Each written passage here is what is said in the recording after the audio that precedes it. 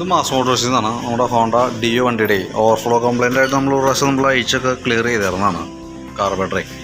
അപ്പോൾ അത് നമ്മൾ വീണ്ടും അത് ചെയ്തിട്ട് വീണ്ടും റിപ്പീറ്റ് അതേപോലെ തന്നെ സെയിം പ്രോബ്ലം കാണിക്കണതുകൊണ്ട് പിന്നെ നമുക്ക് ഇതിന്മേ തൽക്കാലം പിന്നെ അതിന്മേ വേറെ ചെയ്തിട്ട് കാര്യമില്ല. അപ്പോൾ നമ്മൾ കാർബറേറ്റർ യൂണിറ്റ് വേറെ ഐറ്റം മേടിച്ചിട്ടുണ്ട്. 2564 നമുക്ക് തന്നെ കേട്ടോ. അപ്പോൾ അതാണ് നമ്മളിപ്പോൾ സെറ്റ് ചെയ്ത് കുറേ നേരം സ്റ്റാർട്ടിങ്ങിലൊക്കെ കിട്ടും. വേറെ കംപ്ലയിൻസോ കാര്യങ്ങളൊക്കെ നിലവിലില്ല. ഓക്കെ, അപ്പോൾ കാർബറേറ്ററിൻ്റെയാണ്. കാരണം ഞാൻ അത് ഒരു പ്രാവശ്യമൊക്കെ നമുക്കൊന്ന് ക്ലീൻ ചെയ്ത് സെറ്റ് ചെയ്ത് നോക്കാനേ പറ്റുള്ളൂ. അപ്പോൾ അത് നമ്മൾ മാക്സിമം ട്രൈ ചെയ്തു. പക്ഷേ വീണ്ടും റിപ്പീറ്റ് ആയി. ഇതിക്ക് മുമ്പ് ഇതേപോലെ ഒരു പ്രാവശ്യം വന്നിട്ടുണ്ട് വണ്ടിക്ക്.